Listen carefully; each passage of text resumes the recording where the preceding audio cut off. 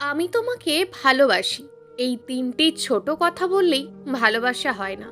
ভালোবাসার জন্য সারা জীবন পাশে থাকতে হয়, দায়িত্ব কাঁধে নিয়ে ভালোবাসা প্রমাণ করতে হয়। কথাটি চাপা গলায় বলল নীল। অভ্র বলল, তুমি আমাকে দায়িত্ব দিয়েছ? নীল চুপ করে আছে। নীলের মুখের অভিব্যক্তি বুঝতে অভ্র কিছুক্ষণ তাকিয়ে রইল। নীল একটু থেমে বলল, মারিয়া মেয়েটাকে আমি পছন্দ করি না।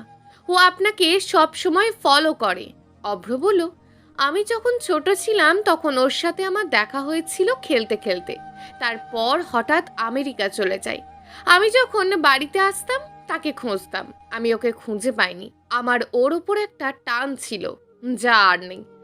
আজ বিমানবন্দরে ওর সঙ্গে দেখা হয়েছিল, তাই বাড়িতে তাকে নিয়ে আসি।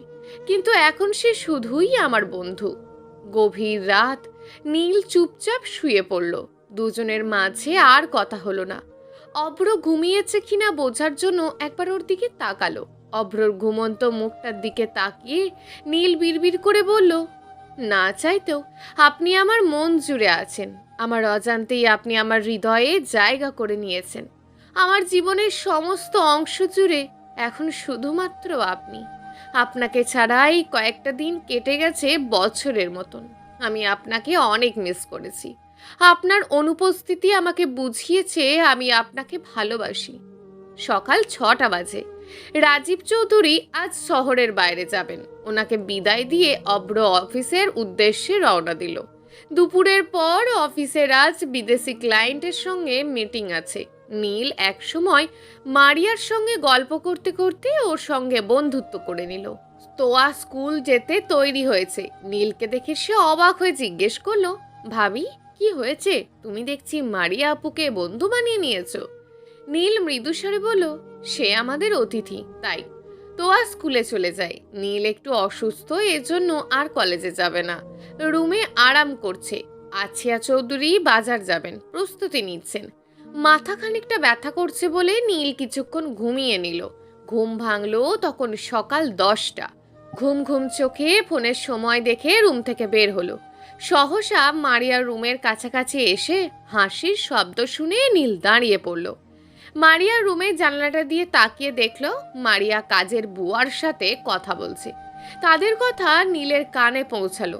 মারিয়া বলল, বুঝলাম না, কেন হঠাৎ বদলে গেল অভ্র? ও গতকাল আমাকে মাথায় তুলে রেখেছিল, আর আজ কথাই বলেনি। কাজের বুয়া লায়লা বললেন, কেউ দেখে ফেলবে, আমি এখন যাই। মারিয়া বলবে, বাড়িতে কেউ নেই ফুপু, কেউ আমাদের দেখবে না। আর শোনো, খুব দ্রুত এবং সাবধানে কাজগুলো করতে হবে। নীল তার হাতের ফোনের ভিডিও রেকর্ডিং চালু করলো। লায়লা ভীত গলায় বললেন, অব্র খুব চালাক, যদি ধরা পড়ি। মারিয়া বলল, ফুপু, আমি কাঁচা খেলোয়াড় না। সবাই জানি অব্র তার হারিয়ে যাওয়া ছোটবেলার বন্ধুর জন্য কতটা পাগল ছিল। নীল মাঝখানে এসে সব প্ল্যান নষ্ট করে দিল। কিন্তু এখনো সময় আছে। আমি নীলকে সরিয়ে অভ্রকে বিয়ে করব। ফুপু, অভ্রকে আমার চাই। অভ্র চোখ ঠোঁট আমাকে পাগল করে দেয়। আমি তার জন্য সব কিছু করতে পারি। অভ্রর বন্ধু হয়ে নীলের জায়গা নেব। সবকিছু এতই সহজ। ভুলে যাস না, নাম পরিচয়বিহীন মেয়ের একটা নাম ভাঙিয়ে তুই এই বাড়িতে ঢুকেছিস। ঠোঁটে বিভ্রান্ত হাসি নিয়ে মারিয়া বলল, আমি কিচ্ছু ভুলিনি ফুপু। আমি অভ্রের জন্য এই মিথ্যা পরিচয়েও বাঁচতে রাজি আছি। মারিয়া থামলো। কিছুক্ষণ পর আবার বলল, আমি জানতাম যে অভ্র যখন হঠাৎ করে তার ছোটবেলার বান্ধবীকে ফিরে পাবে, আসল না নকল তা খুঁটিয়ে দেখবে না, এবং ঘটলও তাই। যাওয়ার আগে লায়লা বলল, যাই করিস না কেন সাবধানে করিস, যাতে কেউ লক্ষ্য না করে। নীল রুমে এসে মেঝেতে বসলো। চোখ দিয়ে টপ টপ করে জল পড়ছে। একজন মানুষের পিছনে এত বড় ষড়যন্ত্র, ভাবতেই অবাক লাগছে। আছিয়া চৌধুরী দুপুরের রান্না শেষ করেন। সিঁড়ির নিচে আসা মাত্র কলিং বেলটা বাজলো। তিনি এগিয়ে গেলেন। নীলের বাবা মা রায়হান সরকার ও মিসেস রোজা আসছেন। আছিয়া চৌধুরী হাসি মুখে ওদের সাথে করে নিয়ে ড্রয়িং রুমে বসতে দিল। তোয়া বলল, আমি ভাবিকে ডাকছি। রায়হান বলল, বেআইকে দেখছি না, উনি কি অফিসে? আছে বলেন, না বেআই মশাই, উনি আজই শহরের বাইরে গেছেন। তাহলে তো ভুল সময়ে চলে আসলাম। গতকাল এলে বিআইয়ের সঙ্গে দেখা হতো। রোজা বলল, অনেকদিন পর আসলেন, নীল আপনাদের দেখে ভীষণ খুশি হবে। রায়হান বললেন, মেয়ে তো আমাদের ভুলেই গেছে, তাই আমাদের ওর কাছে আসতে হলো। নীল ওর বাবার কাছে এসে বসলো। রায়হান ও রোজা মেয়ে নীলকে নিতে আসছে। নীল ওদের সঙ্গে দুদিন থাকলে তাদের ভালো লাগবে। সব দিক বিবেচনা করে ওদের সঙ্গে নীলকে যেতে পারমিশন দিল আসিয়া। ইচ্ছের বিরুদ্ধে ব্যাগপত্র গুছিয়ে বিকেলে বাবা মায়ের সঙ্গে চলে গেল নীল। তোয়া টিভি দেখছে। হঠাৎ মায়ের দিকে তাকিয়ে অভিমান মিশ্রিত কণ্ঠে বলল, মা, তুমি ভাবিকে যেতে দিয়েছো কেন? ভাবিকে ছাড়া আমার ভালো লাগে না। আসিয়া চৌধুরী মেয়ের মাথায় হাত রেখে বললেন, নীল তোর ভাবি হয়, ও চলে যাওয়ায় তোর এত মন খারাপ লাগছে। তাহলে ভাব, যারা ওকে জন্ম দিয়েছে তাদের কতটা কষ্ট হয়। মারিয়া বলল, আমি রুমে যাই আন্টি, আপনার যদি কিছু লাগে দয়া করে আমাকে ডাকবেন। ঠিক আছে, যাও। রাত 9টা বাজে। মেয়ে আসছে সেই আনন্দে মিসেস রোজা মেয়ের পছন্দের সব খাবার রান্না করেছে। নীল কোনো কিছু খাচ্ছে না, আনমনে প্লেটে আঙুল নাড়িয়ে আঁকিবুকি করছে। মিসেস রোজা লক্ষ্য করে বলল, নীল, কি হয়েছে মা, খাচ্ছ না কেন? নীলের মন অভ্রের জন্য ছটফট করছে। সে বলল, আমি চলে যাব মা, আমার এখানে থাকতে ভালো লাগছে না। রায়হান অবাক চোখে স্ত্রী রোজাকে দেখলেন। এরপর মৃদু গলায় বললেন, খাবারটা শেষ করো, আমি তোকে পৌঁছে দিয়ে আসবো। না, আমি খেতে পারবো না, আমি এক্ষুনি যাব। নীল হাত ধুয়ে নিল, ব্যাগ নিয়ে বাসা থেকে বের হলো। লতিফ চাচা গাড়ি নিয়ে দাঁড়িয়ে আছেন। নীল উঠে বসলো। অভ্রকে কল করবে কিনা বুঝতে পারছে না, তবু সে কয়েকবার কল করলো। কল রিসিভ করেনি অভ্র। নীল ফোনটা হাতের মুঠোয় নিয়ে ফুঁপিয়ে উঠল। অজানা এক আশঙ্কায় কান্না পাচ্ছে তার। গাড়ি হঠাৎ থেমে যায়। লতিফ চাচা নেমে ইঞ্জিন চেক করে নিল। ইঞ্জিনটা খারাপ হয়েছে। নীল গাড়ি থেকে নামে অন্য গাড়ি খুঁজতে লাগলো। সহসায় নীল বলল, লতিফ চাচা, আমি এগিয়ে গেলাম, গাড়ি ঠিক করে আমার ব্যাগ ও বাড়িতে পৌঁছে দিও। একা একা যাইও না মা, একটু অপেক্ষা করো, বললেন লতিফ। বিশাল এক বটবৃক্ষের নিচে 4জন পুরুষ লোক বসে আছে। সম্ভবত তাস খেলছে ওরা।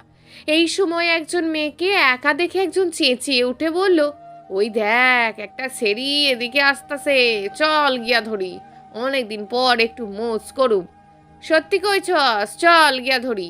ওদের ভিতর একজন লিডার আছে, সে গাছের গুঁড়িতে শুয়ে আছে। হঠাৎ তার কণ্ঠ শোনা গেল, খবরদার, কেউ ওই মেয়েকে উত্ত্যক্ত করবি না। আমরা চোর মাতাল হতে পারি, কিন্তু ধর্ষক নই। 4জন উঠে গেল। নীলের সামনে গোল গোল ঘুরছে। ওদের একজনের হাতে ছুরি।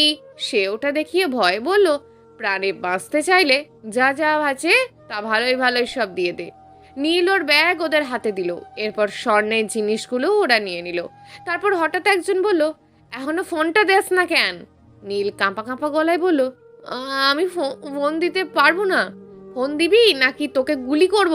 নীল কেঁপে উঠল। লিডার লোকটা হঠাৎ সশব্দে হেসে উঠল। তারপর বলল, সঙ্গে একখান আসল ছুরিও নাই, আর অয় গুলি করার হুমকি দেয়, একটা ছ্যাঁচড়া চোর। না না, চোর না, চোর নামে কলঙ্ক। নীল হাঁটু ভাঁজ করে বসে তাদের কাছে প্রাণ ভিক্ষা চাইল। এই সুযোগে ফোনটা জামার পকেটে রাখলো। তারপর কিছুটা সাহস নিয়ে উঠে দাঁড়ালো। 2 হাতে বালি। সে সেগুলো ওদের মুখে ছুঁড়ে দিয়ে একদিকে দৌড়ে গেল। খুব একটা দূরে যেতে পারেনি। একটা পুরনো বাড়ি, তার ঠিক পাশে ঝোপঝাড় সরিয়ে গাছের আড়ালে গিয়ে লুকিয়ে পড়ল। ফোনটা সাইলেন্ট করে তারপর আবারও অভ্রকে কল দিতে লাগলো। অভ্র কল রিসিভ করছে না। নীল ছোট্ট করে হেল্প লিখে মেসেজ পাঠালো। লোকগুলো ওর পিছু পিছু এখানে চলে আসে। একজন বলে উঠল, পালাইছে। পালাইয়া যাইব কই, খুঁজে দেখ, আশেপাশে আছে।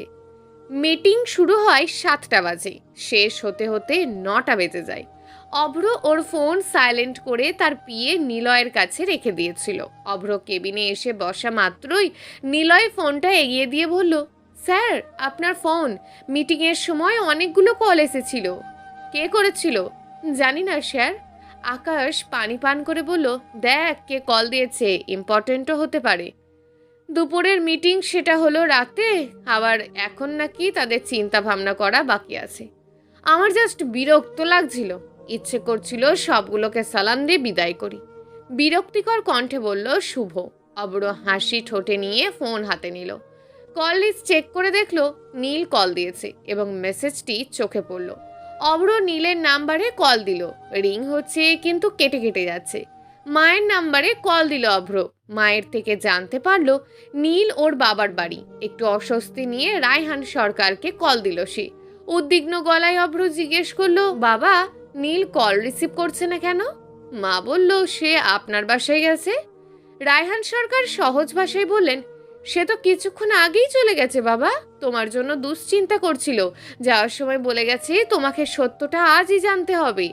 অভ্র বলল, আমি এখনো অফিসে আছি বাবা। রায়হান সরকার শান্ত কণ্ঠে বললেন, আমার মেয়েটা এতদিন পরে এসে একদিনও থাকতে পারেনি, তোমার জন্য চলে গেছে। একদিন সময় করে এসে বেরিয়ে যেও। আচ্ছা বাবা, রাখি। আকাশ জিজ্ঞেস করলো, কি হয়েছে? নীল বিপদে আছে, এলোমেলো কণ্ঠে বলল অভ্র। অভ্র চোখ রক্তিম বর্ণ হয়ে গেল। হঠাৎ নীলের ফোনের লাস্ট লোকেশন চেক করার পর তারা গাড়ি নিয়ে চলে যায়। দ্বিতীয় লোকটি পরিষ্কার চোখে চারপাশে তাকালো এবং তারপর হঠাৎ চিৎকার করে বলল, এটা ভাঙা বাড়ি, এই জায়গাটা নিরাপদ না। লোকে কয় এই বাড়ি ভুতুরে, এই রাস্তার রাইতে মানুষজন আসে না, বাঁচিয়া থাকতে চল পালায়। তৃতীয় লোকটি বলল, এক মাইয়ার লাইগা জীবন দিমু, চল যাই। বাড়িটির গাছের পাশেই অবস্থিত। নীলের শরীর ভয়ে কাঁপছে। লোকগুলো চলে যাওয়ার পর নীল দৌড়ে গাছের আড়াল থেকে উত্তর দিকে চলে গেল। ছুটে গেল খোলা মাঠে। একটু দূরেই একটা নদী, চাঁদের আলো আছড়ে পড়ছে। নদীর পাড়ে জলের দিকে ঝুঁকে আছে বড় বড় গাছ। নীল অস্থির হয়ে উঠল। হঠাৎ সে দেখতে পেল ভয়ঙ্কর কিছু একটা তার দিকে আসছে। বড় চোখ, চোখের মণি উজ্জ্বল, অন্ধকারে জ্বলজ্বল করছে। নীল খুব ভয় পায়। ভয়ের কারণে তাৎক্ষণিক অজ্ঞান হয়ে যায়। অভ্র তাড়াহুড়ো করে গাড়ি থেকে নেমে পাগলের মতো নীলকে খুঁজছে আর চিৎকার করছে। আকাশ বলল, অনেক খুঁজলাম তো, পাইলাম না। দেরি হওয়ার আগে চল পুলিশে যাই। শুভ উদ্বিগ্ন গলায় বলল, 24 ঘন্টা না হলে পুলিশ মিসিং ডায়েরি লিখবে না। অভ্র বলল, আমার খোঁজা এখনো শেষ হয়নি। অভ্র খোলা মাঠে এসে নীল বলে চিৎকার করে। নিলয়ের হাতে একটা লাইট। সে এখানে ওখানে আলো মারতে থাকে। হঠাৎ কিছু একটা দেখে, স্যার ওদিকে দেখুন, হয়তো কেউ আছে। নীলের মুখে আলো মারল নিলয়। অভ্র নিচু গলায় বলল, নীল। নীলকে নিয়ে ওরা হাসপাতালে এলো। চেক আপ করা হয়েছে। ডাক্তার বললেন শরীর দুর্বল এবং কোনো কারণে হয়তো ভয় পেয়েছিল, তাই অজ্ঞান হয়ে গেছে। স্লাইন দিয়েছি, কাল সকালের মধ্যে সেন্স আসবে, টেনশন করবেন না। থ্যাংক ইউ ডক্টর, বলল অভ্র। সকালে জ্ঞান ফিরল নীলের। সে হঠাৎ ভূত বলে চিৎকার করে ওঠে। অভ্রকে চোখের সামনে বসে থাকতে দেখে নীল দুই হাতে জড়িয়ে ধরল। অভ্র বলল, নীল শান্ত হও, কি ঘটেছে আমাকে বলো সব। সব শুনে অভ্র গম্ভীর হয়ে বসে আছে। আকাশ বলল, হয়তো ওটা বিড়াল ছিল, কারণ তাদের চোখ অন্ধকারে জ্বলজ্বল করে। নীল তার ফোন খুঁজল। নিলয় ফোনটা ওর দিকে বাড়ি দিয়ে বলল, ম্যাম আপনার ফোন গাড়িতে পড়েছিল। অভ্র ধৈর্য ধরে পুরো ভিডিওটা দেখলো। তারপর নীলের মাথায় হাত রেখে শান্ত গলায় বলল, তুমি এই ছোট্ট জিনিসটা নিয়ে নিজেকে কতটা বিপদে ফেলেছো তার কোনো ধারণা আছে? আর কখনো এমন করবে না। অভ্র পুলিশ নিয়ে বাসায় চলে এলো।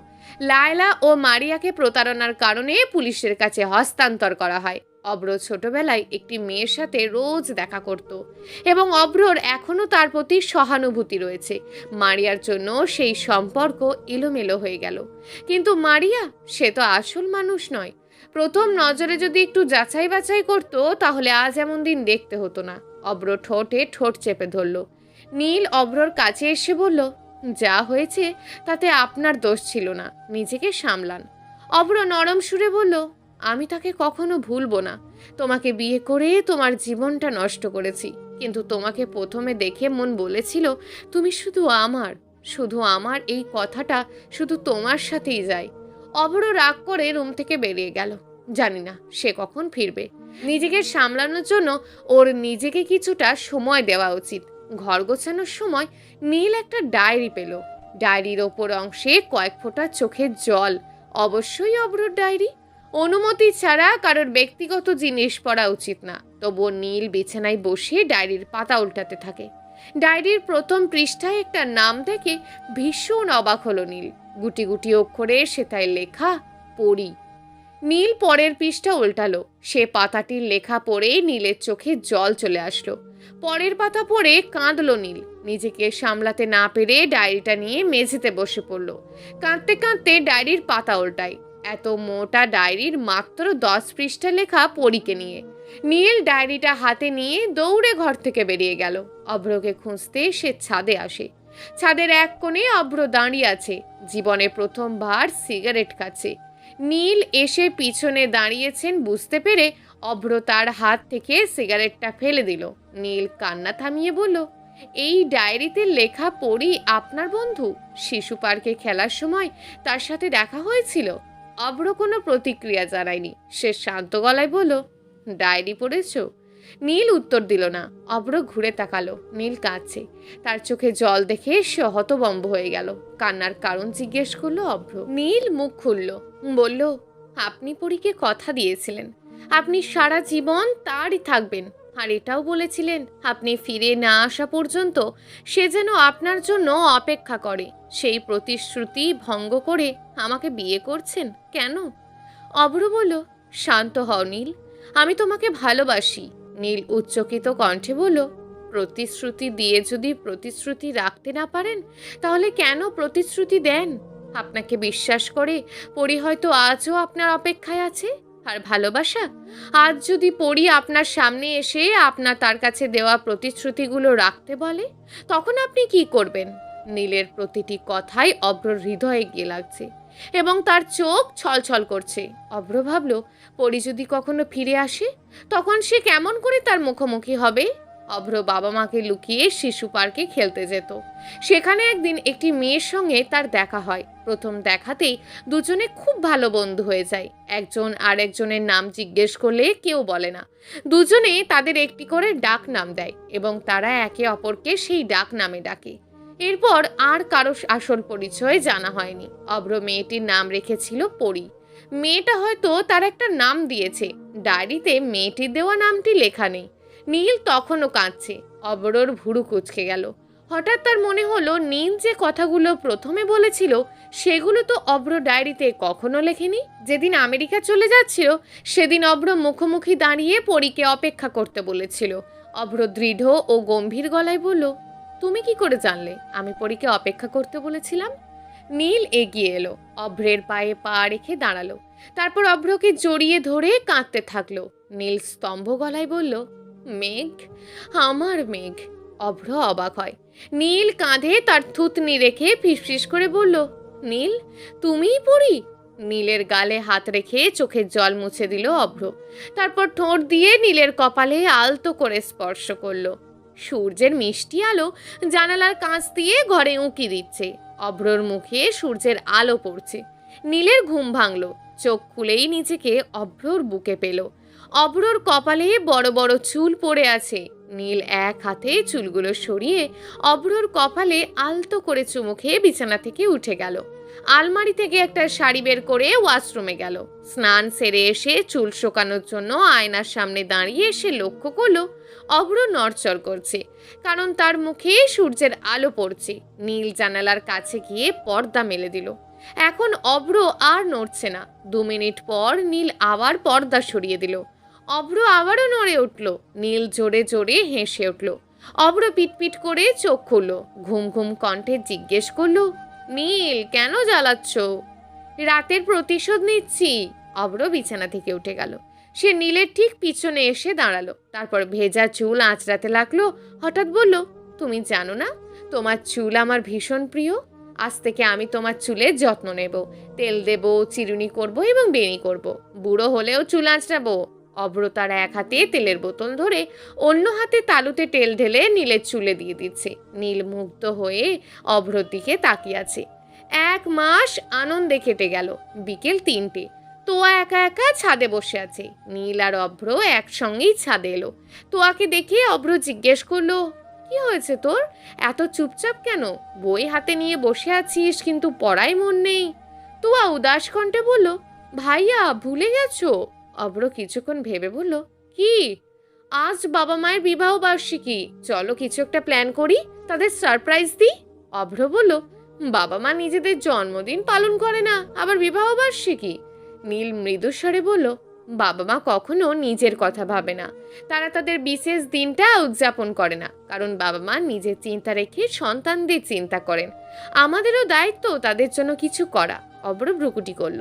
তুমি কি করতে চাও? নীল ওর বাবা রায়হান সরকারকে ফোন দিল। ওদের সন্ধ্যার পরিকল্পনা সম্পর্কে জানিয়ে ওনার কাছ থেকে হেল্প চাই। সব শুনে বেশ উৎফুল্ল হলেন রায়হান। প্ল্যানটা ভালো। দুপুরের দিকে স্ত্রীকে নিয়ে বেয়াই বাড়িতে আসেন রায়হান সরকার রাজীব চৌধুরীর সাথে কুশলাদি বিনিময় করেন। অতিথি আসছে দেখে দুপুরে তারা ভালো ভালো খাবার তৈরি করেন। একসঙ্গে বসেই খাবার খান। ঘড়িতে এখন 3টে বাজে। রায়হান সরকার রাজীব চৌধুরীর সাথে কুশলাদি বিনিময় করেন। অতিথি আসছে দেখে দুপুরে তারা ভালো ভালো খাবার তৈরি করেন। একসঙ্গে বসেই খাবার খান। ঘড়িতে এখন 3টে বাজে। রায়হান সরকার বাইরে ভ্রমণের ইচ্ছা প্রকাশ করলেন। রাজীব চৌধুরী একটা জায়গা চেনেন, ছিমছাম আর বেশ শান্ত পরিবেশ। সমস্যা হলো সেখানে যেতে অনেক সময় লাগে। দূরত্ব অনেক শুনেই রায়হান যেতে রাজি হলো। মাথার ওপর কড়া রোদ, ভীষণ গরম। এই সময় মানুষ ঘর থেকে বের হয় না, আর ওরা বাইরে হাঁটছে।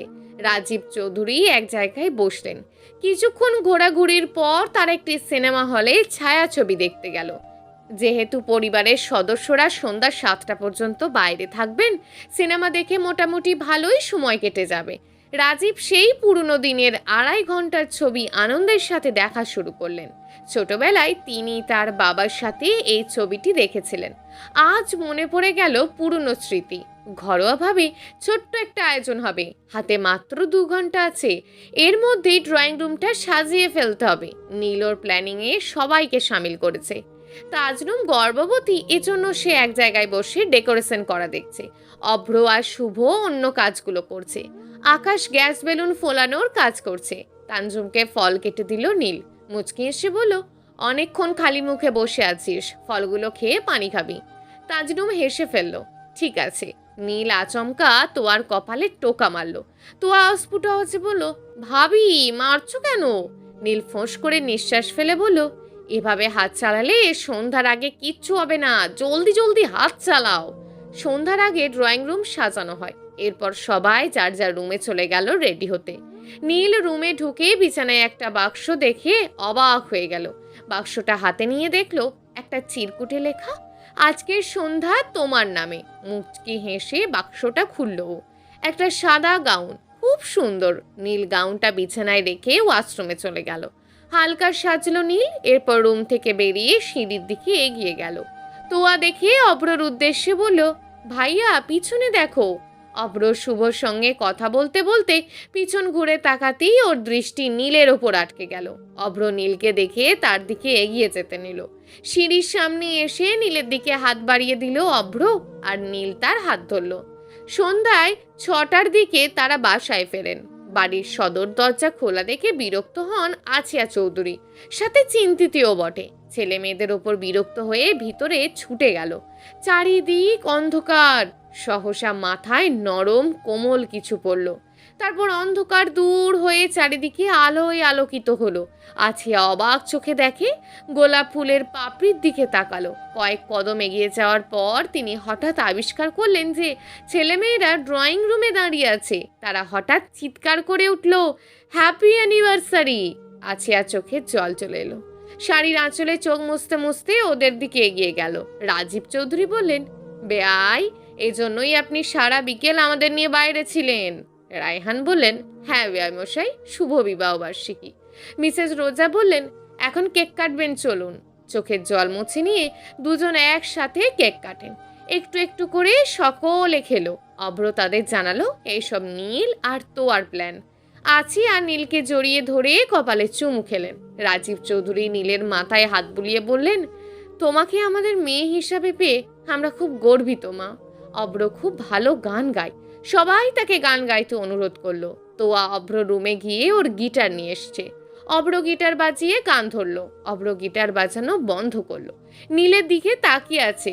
সবাই খুব আনন্দে হাততালি দিচ্ছে। নীল লজ্জায় মুখ লোকাচ্ছে। অভ্র গান শেষ করে আকাশের হাতে গিটারটা দেয়। অভ্র নীলের সামনে এসে হাঁটু গেড়ে বসলো।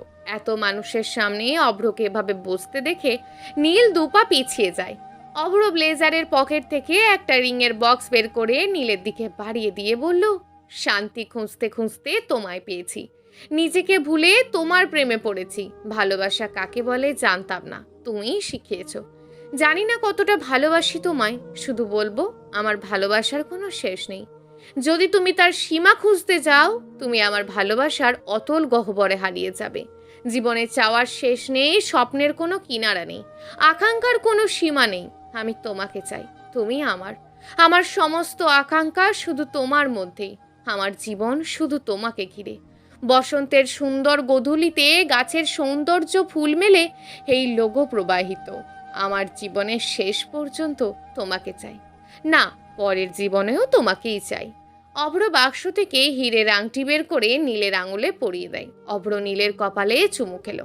হঠাৎ চারিদিক থেকে হাসির রোল পড়ে গেল। অভ্র ম্লান কণ্ঠে বলল, আবেগী হয়ে ভুলে গেছি সবার সামনে দাঁড়িয়ে আছি। নীলের ঠোঁটে হাসি ফুটে উঠল। রাত 10টা বাজতে চলল।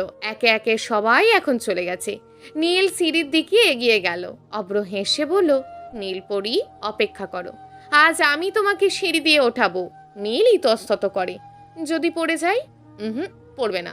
অভ্র নীলকে 5 গলা করে নিয়ে ছাদে এলো। এরপর নীলকে কোল থেকে নামিয়ে দিল। অন্ধকারে হঠাৎ ফুলের ঘ্রাণ নাকে আসছে। নীল বলল, ফুলের ঘ্রাণ? অভ্র পিছন থেকে নীলকে জড়িয়ে ধরল। সে নীলের কাঁধে তার মুখটা রাখে, দীর্ঘ নিঃশ্বাস ফেলে বলল, আমি ফুল দিয়ে বিছানা সাজিয়েছি। ছাদে? জিজ্ঞেস করলো নীল। হ্যাঁ, সাদা গোলমরিচের বাতি দিয়ে সাজানো চতুর্দিক। নীল অবাক হয়ে তাকিয়ে রইল। হঠাৎ নীলের চোখ গেল ছাদের এক কোণে, সেখানে একটি বিছানা ফুল দিয়ে সাজানো হয়েছে। অভ্র পিছন থেকে নীলের গায়ে গোলাপের পাপড়ি ছিটিয়ে দিল। শরীরে কিছু পড়াই নীল ভয় পেয়ে যায়। সহসা অভ্রের স্পর্শে নীল কেঁপে ওঠে। শরীরে একটা শিহরণ বয়ে গেল। অভ্র কানের কাছে ঠোঁট নিয়ে গেল। নীল বলল, কি করছো? আমি তোমাতে ডুবতে চাই। অভ্র আর নীলের বিয়ের 1 বছর পূর্ণ হয়েছে। সে মা হতে চলেছে। 9 মাস চলছে। শরীরে অনেক পরিবর্তন আসছে। এই সময় নাকি মেয়েদের হাতে পায়ে পানি আসে, ফুলে ফেপে টইটুম্বুর হয়ে গেছে, হাঁটাচলা করতে কষ্ট হয়। 4 মাস আগে শেষ ডাক্তার দেখিয়েছিল। তখন ডাক্তার বাঁ পাশে ঘুমাতে নিষেধ করে। বাঁ পাশে নাকি সন্তানের মাথা থাকে, যা প্রসবের সময় কাছাকাছি আসলে আস্তে আস্তে ডান দিকে ঘুরে চলে আসে। এক পাশ হয়ে কতক্ষণ শুয়ে থাকা যায়? সন্তানের জন্য এতটুকু কষ্ট মা করতেই পারে। অভ্র অফিসে কাজের জন্য শহরের বাইরে গেছে। সে কয়েকদিনের ভিতরেই ফিরে আসবে। রাত এখন 11টা। ঘুম আসছে না বিধায় নীল বিছানায় হেলান দিয়ে বসে বই পড়তে লাগলো। মাথাটা হঠাৎ ঘোরাচ্ছে। বইটা হাতে রেখে আলগোছে শুয়ে পড়লো। গা গোলাচ্ছে, বমি বমি ভাব। নীল একটু একটু করে বিছানা ছেড়ে উঠে বাথরুমের দিকে এগিয়ে গেল। 10 মিনিট পর হাত মুখ ধুয়ে বেরিয়ে এলো। মাথায় হাত রেখে বিছানার উপর বসলো। ঘুমানোর চেষ্টা করলো। সকালে উষ্ণ হাওয়ায় গা ভাসিয়ে দিয়ে ছাদে কিছুক্ষণ হাঁটাহাঁটি করে নিল নীল। তারপর রুমে এসে রেস্ট করে তারপর শাশুড়ি মায়ের সঙ্গে রান্নাঘরে সময় দেয়। রাতে ঠিক মতন ঘুম হয়নি, তাই আজ রুমে এসে বিছানায় গা এলিয়ে দিতেই ঘুমিয়ে গেল। অভ্র কল করে 7টা বাজে। নীল কল রিসিভ করে। গুড মর্নিং, আজ এত দেরি করে কল দিয়েছো কেন? ঘুম থেকে উঠতে লেট হয়ে গেছে। তুমি কি করছো? কণ্ঠ শুনে মনে হচ্ছে তুমি এখনো ঘুমিয়ে আছো। ডাক্তার বলেছে সকাল সকাল ওঠার জন্য। সকালেই উঠেছি, রাতে ঘুম হয়নি, একটু আগেই শুয়েছিলাম, তখন ঘুমিয়ে গেছি। ব্রেকফাস্ট করেছো? না না, এখনো হয়নি। আচ্ছা, নাস্তা করে সকালের ওষুধ খেয়ে নাও। আর শোনো, সম্ভাবনা আছে আমি আগামীকাল ফিরে আসবো। এদিকে কাজ প্রায় শেষ।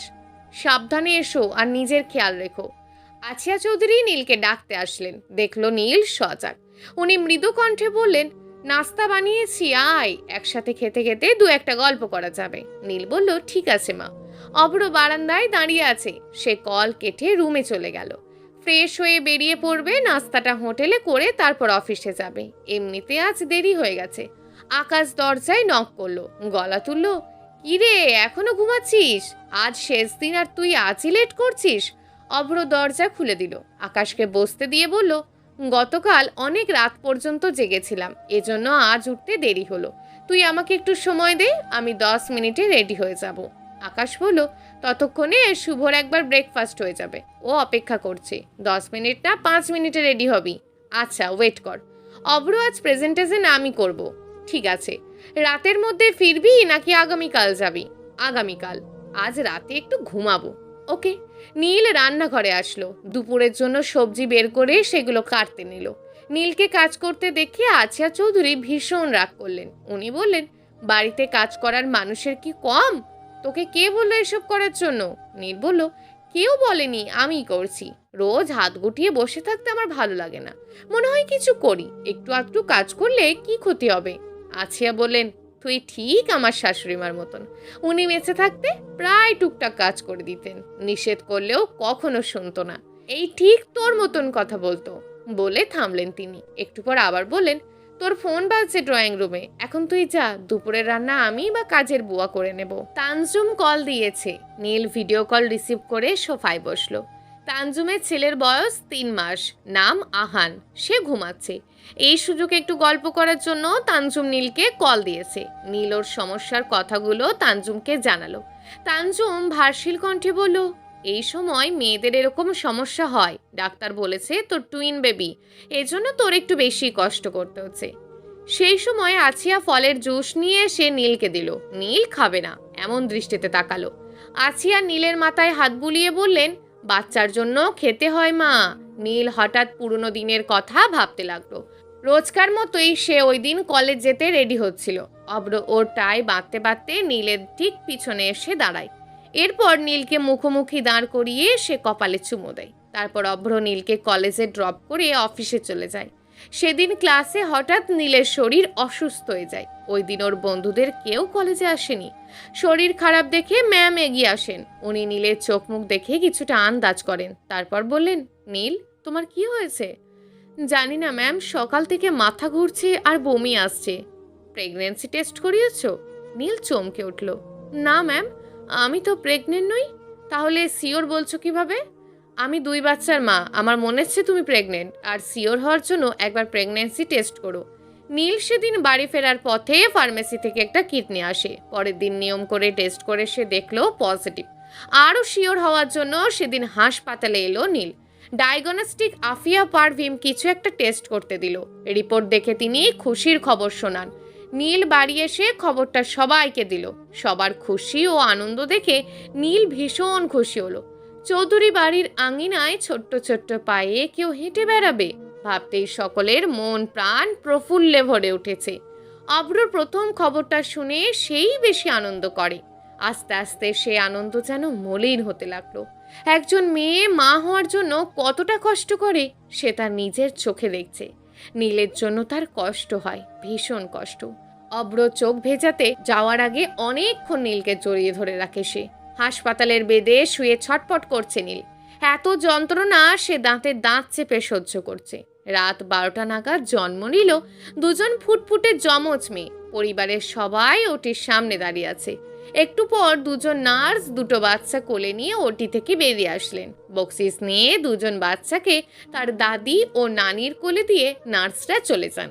রাতে হাসপাতাল থেকে বাচ্চাদের নিয়ে বাড়ি যাওয়া ঠিক মনে করলেন না আছিয়া চৌধুরী ও মিসেস রোজা। রাতটা হাসপাতালে কাটিয়ে আগামীকাল সকালে বাড়িতে যাবেন। নীলকে কেবিনে দেওয়া হয়েছে। সবাই দেখা করে আসলো।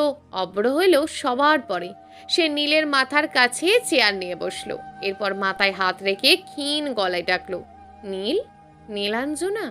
নীল পিটপিট করে চোখ খুললো। তারপর জিজ্ঞেস করলো, আমার মেয়েরা ঠিক আছে তো? ওরা কোথায়? আমি একটু দেখবো। একটু অপেক্ষা করো, মা ওদের নিয়ে আসছেন। একে একে সবাই কেবিনে আসলেন। এরপর বাচ্চাদের ওদের বাবা মার কোলে দিল। অভ্র মন্ত্রমুগ্ধ হয়ে এতক্ষণ মেয়েদের দেখলো। অভ্র একজনকে কোলে নিল ও অন্যজনকে নীলের কোলে দেওয়া হয়। নীল মেয়ের কপালে আলতোভাবে ঠোঁট ছোঁয়ালো। অভ্র চোখ ছলছল করছে। একজন 5 মিনিটের বড় ও দ্বিতীয়জন 5 মিনিটের ছোট। বড়জনা বাবার কোলে। মুচকি হেসে অভ্র বলল, মাইসা। নীল বলল, মাইরা। প্রিয় দর্শক, যদি আজকের গল্পটি আপনাদের ভালো লেগে থাকে তাহলে ভিডিওটিতে অবশ্যই একটি লাইক করে আপনার মূল্যবান একটি কমেন্ট করুন। আর হ্যাঁ, চ্যানেলটিকে যদি সাবস্ক্রাইব করে না রাখেন তাহলে চ্যানেলটিকে অবশ্যই সাবস্ক্রাইব করে আমাদের পাশে থাকুন। দেখা হবে আগামীকালের নতুন এবং আকর্ষণীয় গল্প নিয়ে। ধন্যবাদ।